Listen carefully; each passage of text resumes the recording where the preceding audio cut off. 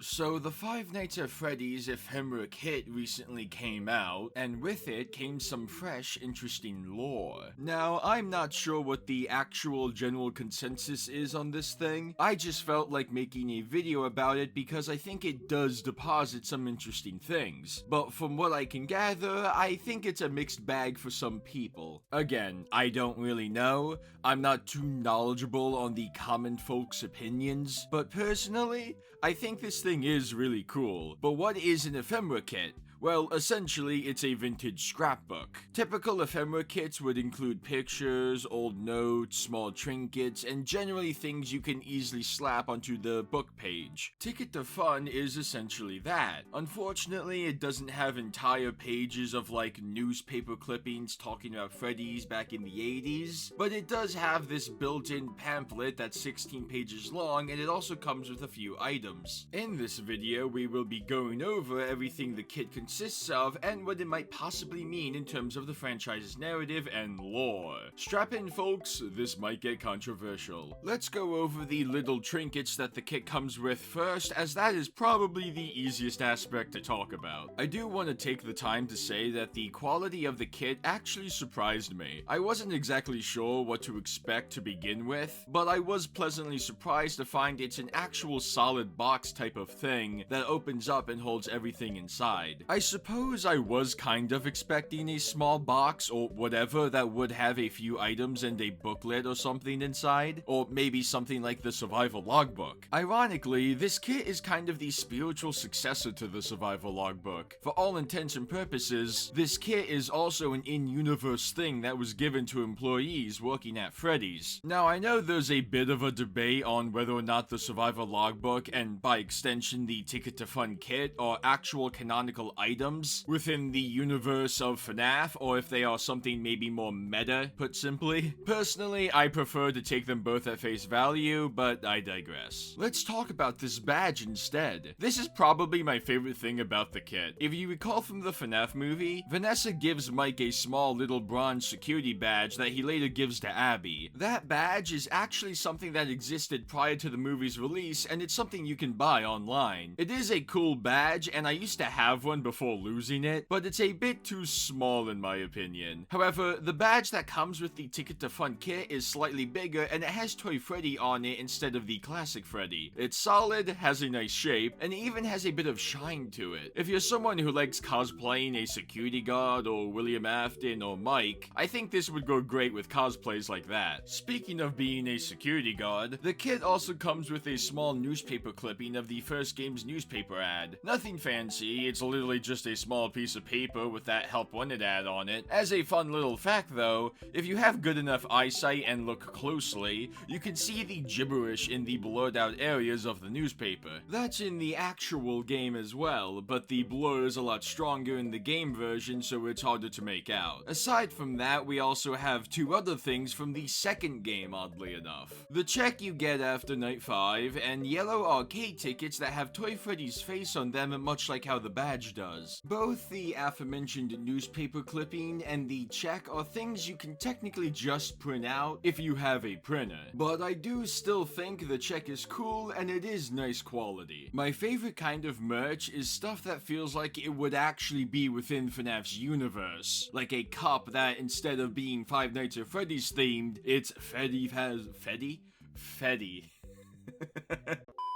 Like a cup that instead of being Five Nights at Freddy's themed, it's Freddy Fazbear's Pizzeria themed. That's why I like stuff such as the badge, tickets, and check. But we're not done with the items section just yet. On the topic of merch that is Five Nights at Freddy's themed, there's a rubber bracelet in the envelope as well. This thing is the exact opposite of what I said I like when it comes to merchandise. It literally has the words Five Nights at Freddy's in big black letters on it. It's honestly kind of out of place compared to everything else in my opinion, and it's a shame because they had the opportunity to do something really fun and fitting. You'll understand what I mean by that when we get to the actual booklet. Next, we have 3 small colored pencils, a blue one, a red one, and a yellow one. They're not anything special, of course, and really they're just here so you have something to use for the crossword puzzle that also comes in the kit. There's also 2 recipe cards that come in the left pocket of the kit. One is for Freddy Fazbear's signature signature spicy meat pizza, and one is for a Fazbear Entertainment birthday cake. Nothing too special, but a fun little inclusion nonetheless. Personally, I think if you want FNaF-esque recipes, you should just get the cookbook. But even then, these food recipes tend to just be normal food recipes that you can find online. Still, it is a fun project if you're interested. I actually do have the cookbook, and I have made a few things with it before. When I get the chance, I want to try out making the kit's recipes too, just for the sake of it. But more importantly, the last item we have here is a small UV flashlight. If you don't know what UV light is, the UV part stands for ultraviolet. Essentially, UV light is a form of electromagnetic radiation that is invisible to the human eye. If you've ever heard of invisible ink or written anything in invisible ink, a UV light is what you'd use to actually see what the invisible ink is and what it says. With that in mind, the assumption would be that something in this kit has secrets waiting to be discovered with the help of this flashlight. For example, let's take a look at this poster that comes with the kit as well. It's a cute poster, but honestly it's not something I'd hang on my wall, but it's cool that they included it. What's even cooler, however, is that if you shine the UV light on the poster, you'll see Golden Freddy staring back at you. At first glance, you might be wondering how I know this is specifically Golden Freddy, barring the fact that normal Freddy is already on the poster. If you look at the fella's left ear, you'll notice that it's missing and has wires protruding from it, much like how Golden Freddy does in the first movie. His left eye socket also has wires coming out of it, again, much like the movie version, and if you look closely, he has the same beady eyes that Golden Freddy often does in the games. That's all well and good, but it doesn't offer much food for thought. But let's take a look at the crossword puzzle and see if it bears any real fruit. First things first, at the top of the crossword paper, you'll see the name Mike Schmidt if you're using the UV light. Once again, I reiterate that this ephemera kit is a spiritual successor to the survival logbook, because apparently all the invisible ink messages in this kit were made by Mike. Much like how in the survival logbook, everything written in red pen was made by Mike too. If you needed more proof that the invisible ink was left by Mike, there's more invisible ink messages within the crossword itself. It's nothing lore altering by any means, they're just hints to help solve the crossword puzzle, and they add some more words defined, but through them we can tell that it is Mike writing all of this. One of the hints is I should probably ask for blank money, implying that whoever is writing this is an employee at Freddy's. Another hint says 6 AM means go, meaning that the writer is not only an employee at Freddy's, but they're also a night god. There's a lot more messages like this that sell the idea that this is Mike writing. It's a lot of references to FNaF 1, which of course is the game where we play as Mike. But notably, there's also a few boxes that you can only see with the UV light where you're supposed to put "It's me." Once again, it's very reminiscent of the survival logbook, in that we had word search puzzles where you could find "It's me" repeated in them. But ultimately, this crossword is just a fun little activity. However, it does tell us who is drawing in invisible ink throughout the rest of the kit. Finally, we're going to go over the booklet. You'll easily find the pamphlet on the right side of the kit where Fazbear Entertainment welcomes you to the Fazbear family. It specifically welcomes us as the new nighttime security guard, and apparently we've been given this packet, along with the items we've already gone over, to help us get settled into our new position. Shining the UV light on the first page doesn't yield any fruit, unfortunately, but on the third page, titled A Vision of Fun, you'll see classic Freddy overlapping the cartoon depiction of him already there. Nothing too surprising, but as a side note, the page we skipped over is just Withered Freddy from FNaF 2. There's nothing to see there with the UV light, but yeah, he's there in all his withered glory. Moving on to the fourth page, titled Safety First, you'll see an outline of Bonnie over the cartoon version of him. I should mention now that the actual text from Fazbear Entertainment isn't anything too grand. If anything, it's just stuff being reiterated from the games. For example, on this page we're told that Fazbear Entertainment is not responsible for any accidental injury, dismemberment, death, or bites resulting from failure to wear our security badge. Granted, the security badge part is new, but the company avoiding responsibility is something we've known since the very first game. That's not to say it isn't an interesting read, we just haven't reached anything quite groundbreaking yet. Speaking of, the next page is mildly interesting. It's simply titled Freddy, Chica, Bonnie, and Foxy, but below is a simple picture of what looks like a purple curtain. But if you have your trusty UV light handy, you'll see the silhouettes of Balloon Boy and the puppet. You might also see 4 faint stick figures with X's for eyes. I don't think they're supposed to be on this page. I think it's just the ink from the page on the back of this one seeping through. That's something you might notice throughout the pamphlet in general, unfortunately. For example, on the Freddy and Bonnie UV light pages we talked about before, you can see Bonnie's outline mixing with Freddy's own. It can be a bit confusing, but personally it wasn't too much of a detraction. Thankfully, you have me here to guide your way. Moving on to something possibly worthy of note, the paragraph on this page references the pink slips we get at the end of FNaF 1 and 2. Fazbear Entertainment has a zero-tolerance policy regarding tampering with or otherwise damaging the animatronics. Any such actions are grounds for immediate dismissal. Moving on, we have Pirate's Cove, and if it isn't obvious, this page is about Foxy. As such, there is another secret outline that you can only see with the UV light, this one naturally being of Foxy. This page's text tries to assure us that despite the malfunctions the animatronics often present, we are entirely safe. But they do recommend we stay at our post unless absolutely necessary, as any security guard found away from their desk during work hours will be terminated. I find that somewhat funny considering that in the week before, Ralph was up and about the restaurant doing stuff throughout the entire story, but you know, it's whatever. If anything, it's probably just Fazbear Entertainment trying to minimize their own casualties, because enough bad shit happens in their establishment as is. Nevertheless, life moves on to the next page. Now we're on to party wristbands. This one is actually pretty interesting, so let me read to you what it says. Along with food, games, and entertainment, Freddy Fazbear's Pizza also hosts birthday parties. All parties are catered by our Freddy Fazbear's Pizza kitchen, and goodie bags and balloons are complimentary. Additionally, all children attending parties at Freddy Fazbear's Pizza are provided with wristbands as a souvenir of their time at our establishment, and to easily track party attendees. So what makes this part so interesting? Well, below the text you'll see the words "Let's Party." If you shine the UV light over the blank area beneath those words, you'll see Charlie from the security puppet minigame that we originally saw all the way back in Pizzeria Simulator.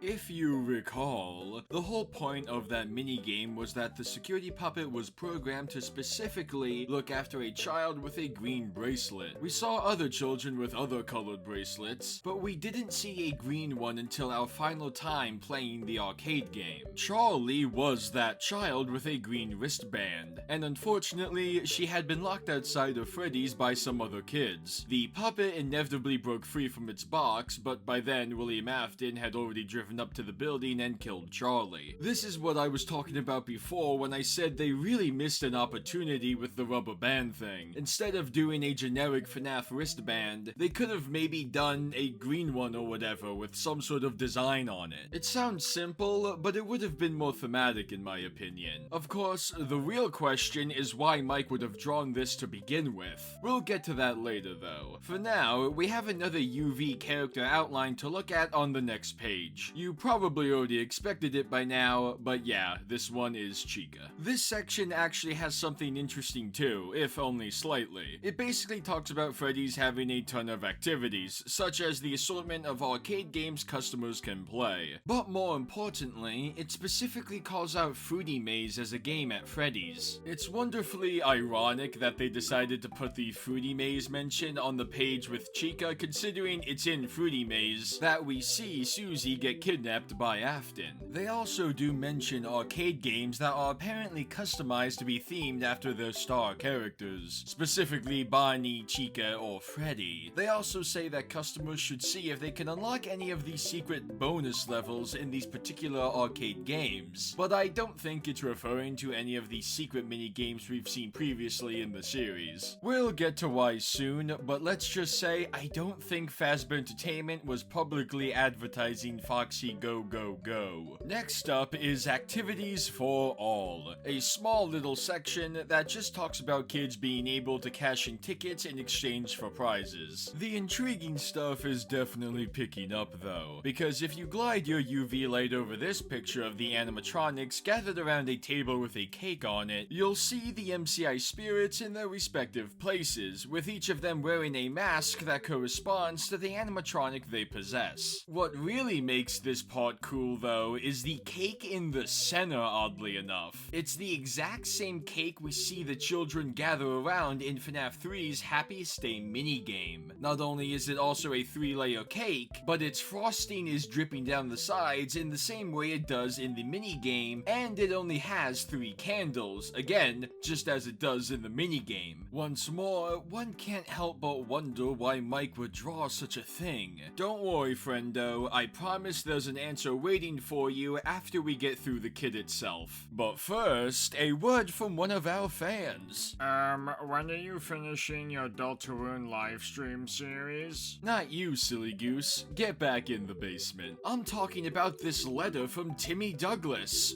The games at Freddy Fazbear's Pizza are the best. My mom doesn't let me play video games at home, so I love playing them at Freddy's. My favorites are the Chica one and Midnight Motorist. Barney even helped me win one time. He wanted me to go into a dark closet for a special prize, but I had to go open presents. I love Freddy Fazbear's Pizza. Once more, we have references to previous arcade games we've played in the series. This time there's mention of Midnight Motorist from FFPS and Chica's Party from FNaF 3. Also, if you run your UV light over this page, you'll see a few of the 8-bit cars from Midnight Motorist scattered around the paper. Nothing too notable there, but it's worth clarifying that Timmy isn't talking about normal Barney when he mentions him in this letter. He's most likely referring to William Afton in the Spring Bonnie suit. In an attempt to lure another kid to their demise, Afton had helped Timmy win an arcade game to presumably gain the child's trust. Fortunately for little Timmy, he had his priorities straight. It's funny to imagine Afton having failed victims, but ultimately, it's nothing really mind-blowing. If anything, it just gives some further insight into how Afton went about abducting the victims he did succeed in killing. Moving along with the lore train, this next section talks more about the arcade cabinets at Freddy's. Only this section is about what they do during the night. If any of the game cabinets turn on during the course of the night, please immediately shut them down to conserve power.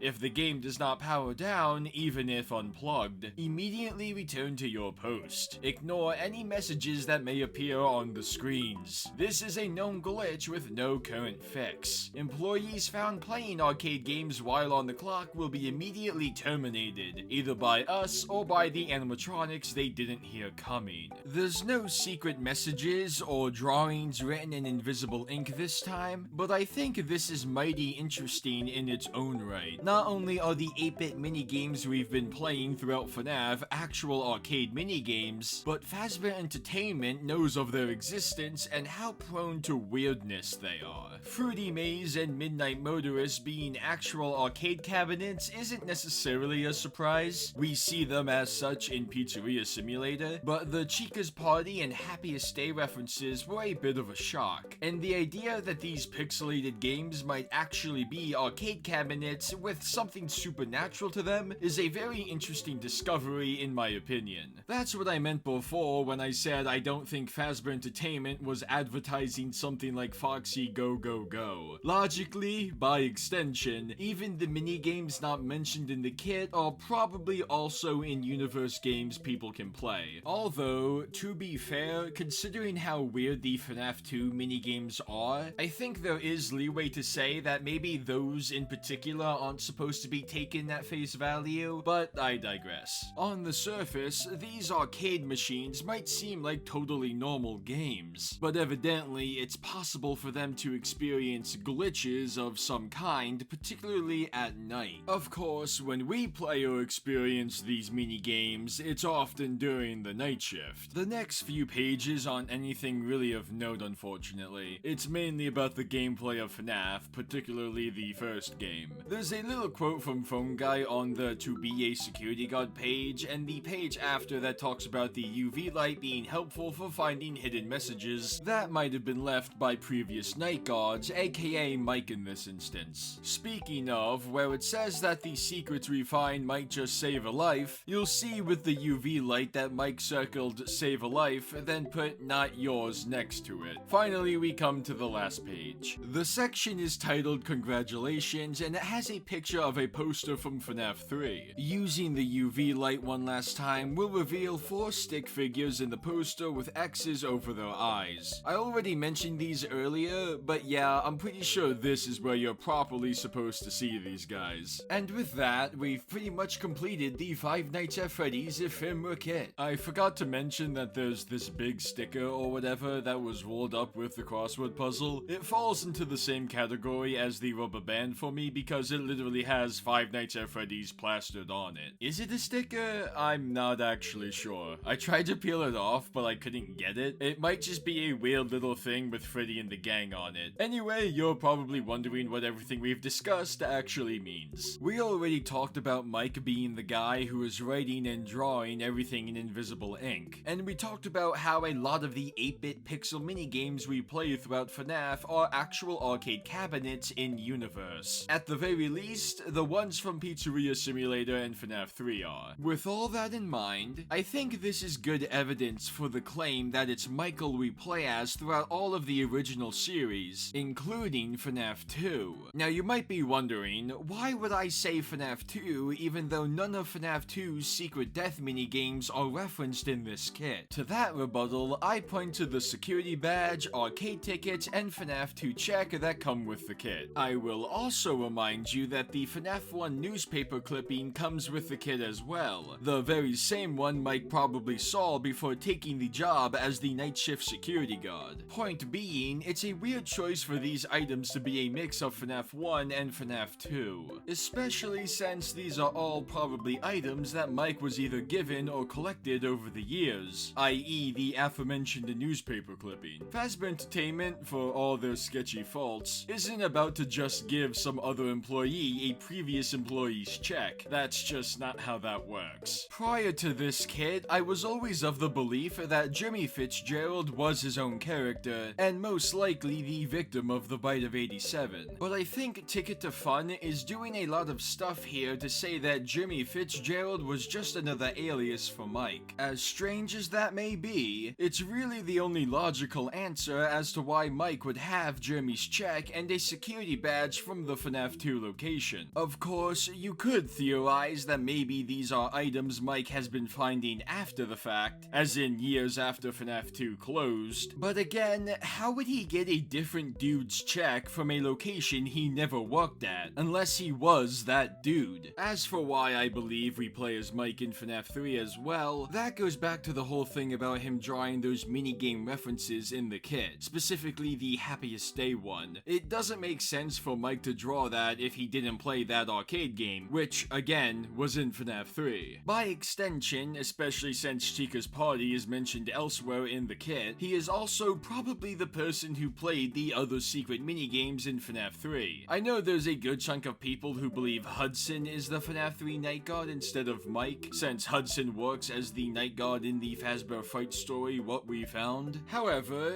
this now exists. I'm not gonna say I think Ticket to Fun somehow invalidates What We Found or the books entirely, partly because I don't believe that, and also because I think talking about the book canonicity debate is like beating a dead horse. But I will say that I think this ephemera kit has a lot of solid evidence for Mike being the player character in FNaF 2 and 3. With all that out of the way, that was the Five Nights at Freddy's Ticket to Fun ephemera kit. Like I said at the beginning of the video, I do think it's a fun little kit with some interesting lore tidbits. I think a lot of people were expecting it to have a little bit more, and that's totally fair. I thought there would be more stuff like newspaper clippings from over the years, maybe ones about the missing children, people going missing after taking the night shift job at Freddy's, and maybe even something about William Afton. We didn't really get anything like that, unfortunately, but for what it's worth, the lore stuff regarding the arcade minigames and Mike being the protagonist of FNaF 2 and 3 is interesting and does have some impact on our understanding of the lore. It's not groundbreaking necessarily, but again,